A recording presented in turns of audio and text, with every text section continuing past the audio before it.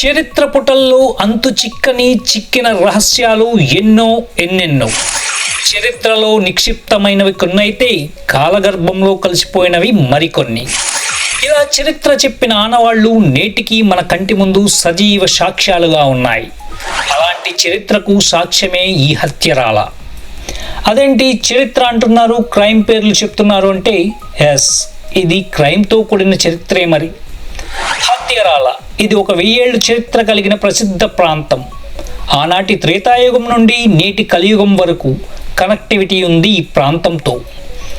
అన్నమయ్య జిల్లా రాజంపేట నుండి సుమారు 15 కిలోమీటర్ల దూరంలో ఉంటుంది ఈ హత్యరాల అనే ప్రాంతం. ఈ ప్రాంతానికి విశిష్టత తెచ్చిపెట్టింది బహుదా నది. బహుదా నది తీరాన పరశురామ ఆలయం, త్రేతేశ్వరాలయం, గదాధరేశ్వరాలయంతో పాటు ఏకాతాతయ్యగా కొలవబడే పరశురాముడు భక్తులు నిర్మించిన ఆలయమే ఇక్కడ ఒక చరిత్ర అని చెప్పవచ్చు. పురాణాలు, చరిత్రకారులు చెబుతున్న విశిష్టత ఏమిటంటే, సత్యయుగంలో శ్రీమన్నారాయణుని 6వ అవతారమైన శ్రీ పరశురాముడు తన తండ్రి ఆజ్ఞచే తన తల్లి అయిన రేణుక శిరస్సును, తన అన్నదమ్ముల శిరస్సులను వధిస్తాడు. తల్లి హత్య మహాపాపం కావున పాప ప్రక్షాళన కోరిన పరశురామునికి 108 నదుల్లో స్నానమాచరించమని చెప్తాడు తండ్రి జమదగ్ని మహర్షి. ఇంకో ప్రక్క క్షత్రియులపై కోపంతో 21 మార్లు భూమండలంలో జరిపిన రక్తపాతం వలన సంక్రమించిన పాపంతో ఆయన గొడ్డలి హస్తానికి అంటుకుని రాలేదు. మహేశ్వరుని ఆజ్ఞ మేరకు పుణ్యనదుల్లో స్నానమాచరిస్తూ క్షేత్ర దర్శనం చేస్తూ ఇక్కడికి వచ్చారు. బహుదా నదిలో స్నానమాచరించగానే పరశువు రాలి క్రింద పడిపోయింది. ఇలా పరశురామునికి చుట్టుకున్న హత్యా పాపం రాలిపోవడంతో హత్యరాల అని పేరు వచ్చింది. ఇదే నేడు వాడుకలలో అత్తిరాలగా పిలువబడుతోంది.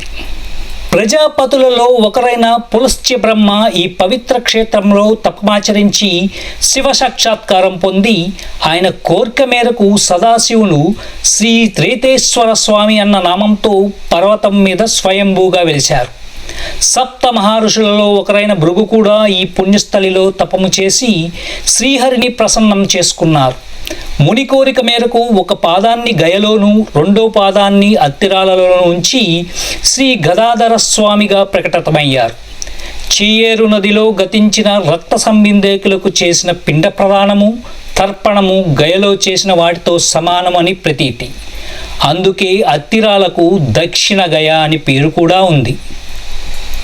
పరశురాముడు కలలో కనిపించి నాకు ఇక్కడ గుడి నిర్మించాలని ఏకాతాతయ్య అనే వ్యక్తిని అడగడంతో ఆయన దగ్గర ఉండే డబ్బుతో ఇక్కడ పరశురామునికి ఆలయం, 72 స్తంభాల మండపం సగం వరకు నిర్మించారు. తరువాత ఆయన వద్ద డబ్బు లేకపోవడంతో నిర్మాణం ఎలా జరపాలంటూ ఆయన బాధను స్వామి ఎదుట కూర్చుని చెప్తూ శిలగా కూర్చుని ఉండిపోయారట ఏకాతాతయ్య. ఆయన దిగులను చూసి ఏకాతాతయ్యకు ఒక వరం ఇచ్చారని ప్రచారం. నా దర్శనానికి వచ్చిన భక్తులు ముందుగా నీ దర్శనం చేసుకుని నీ చేతిలో నాణాలు పెట్టి వారి బాధలను నీతో చెప్పుకుని 3 మార్లు నీ తలపై వారి తలతో కొట్టుకున్న ఎడల వారి బాధలు తొలగిపోతాయని, అలా నీకు డబ్బు సమకూరుతుందని వరమిచ్చినట్లు చోళుల నాటి నుండి జనాలలో ప్రచారంలో ఉంది ఈ కథ. తాతయ్య గారి చేతిలో నాణం పెట్టి ఆయన విగ్రహాన్ని కౌగిలించుకుంటే మనోభిష్టాలు నెరవేరుతాయట. ఆయన వెనుక గోడకు ఉన్న రంధ్రం గుంట ప్రతిరోజు సాయం సంధ్యా సమయంలో సూర్యకిరణాలు నేరుగా మూల విరాట్ను తాకుతాయి. చోళుల నాటి అరుదైన నిర్మాణ విశేషానికి ఇది ఒక సాక్షిభూతంగా చెప్పవచ్చు. ఈ 2 ఆలయాల నడుమ ఎన్నో పురాతన నిర్మాణాలు, చెదురుమదురుగా పడి ఉన్న విగ్రహాలు ఎన్నో కనిపిస్తాయి. అత్తిరాలలో 3వ ఆలయం అత్యంత అరుదైనది. బహుశా ఆంధ్రప్రదేశ్లో ఉన్న ఒకే ఒక్క ఆలయంగా పేర్కొనవచ్చునేమో. అదే శ్రీహరి 6వ అవతారమైన శ్రీ పరశురామ ఆలయం.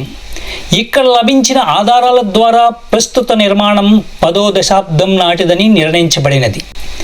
ప్రస్తుతం పురావస్తు శాఖ వారి ఆధీనంలో ఉన్నది. ఇక్కడ మొత్తం 9 శాసనాలున్నాయి.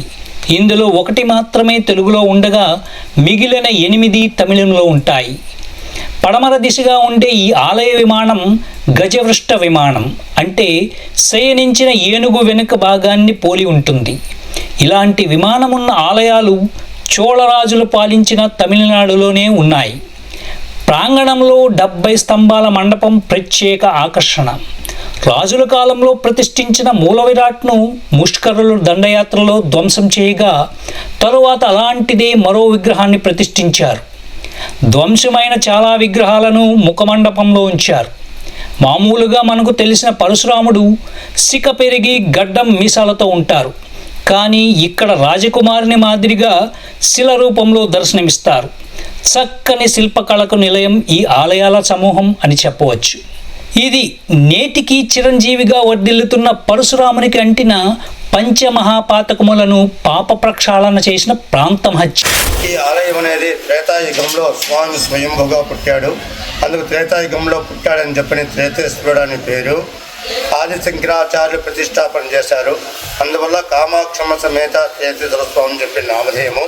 భృగు మహర్షి అనేది తపస్సంపన్నంతో అనేది ఒక పాదం ఇక్కడ ఒక పాదం గైలో పెట్టి శంఖచక్ర గదాధర స్వామిగా వర్ధిల్లాడు. అందువల్ల గదాధర స్వామి అని చెప్పని పేరు వచ్చింది. ఈ పరశురాముడు అనేది వాళ్ళ తల్లిని చెప్పి ఆయన మాతృదోషం అనేది ఎక్కడా పోకుండా ఉంటే ఇక్కడికి వచ్చిన తర్వాత 108వ పుణ్యక్షేత్రంలో అనేది ఆయన మాతృదోషం అనేది ఈయన బహుదా నదిలో స్నానం చేశాడు.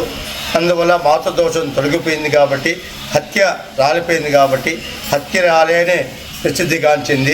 ఇక్కడ మనము సంవత్సరానికి ఒకసారి అయినా కూడా మహాశివరాత్రి సందర్భముగా లేదా కార్తీక మాసం సందర్భముగా అయినా సరే మనము ఈ యొక్క ఆలయానికి ఈ పుణ్యక్షేత్రానికి వచ్చి ఈ నదిలో స్నానం చేసి స్వామివారిని అమ్మవారిని గదాధర స్వామి పరశురాముని దర్శించుకుంటే మన పాప కర్మలు పోతాయని చెప్పిన ప్రసిద్ధి ఏర్పడింది. అందువల్ల హత్య రాలిపోయింది కాబట్టి హత్య రాలనే ప్రసిద్ధిగాంచింది కాబట్టి దయచేసి భక్తులు అనేది తెలిసిన వాళ్ళకి తెలియని వాళ్ళకి కూడా ఇది చెప్పి ఈ యొక్క పుణ్యక్షేత్రాన్ని మీరు సమృద్ధి చేయాల్సిందిగా మరి కోరుతున్నాము. ఈ ఆలయం యొక్క ప్రత్యేకత అనేది ఏమన్నా అంటే మనము ఈ నదిలో స్నానం చేస్తే 108 పుణ్యక్షేత్రాల్లో 108 జీవనదిలో స్నానం చేసినట్టు అని చెప్పిన ప్రతిదీ ఏర్పడింది. అందువల్ల మన పాపకర్మలు పోతాయని చెప్పి ఏర్పడింది. ఇక్కడ తాతయ్య అనేది చోళరాజు కాలంలో అనేది నిర్మాణమైంది. ఆ తాతయ్య వేకా తాతయ్య అనే ఉన్నాడు. అతనికి దేవభక్తి ఎక్కువ, దేవచింతన అనేది ఎక్కువ ఉన్నది.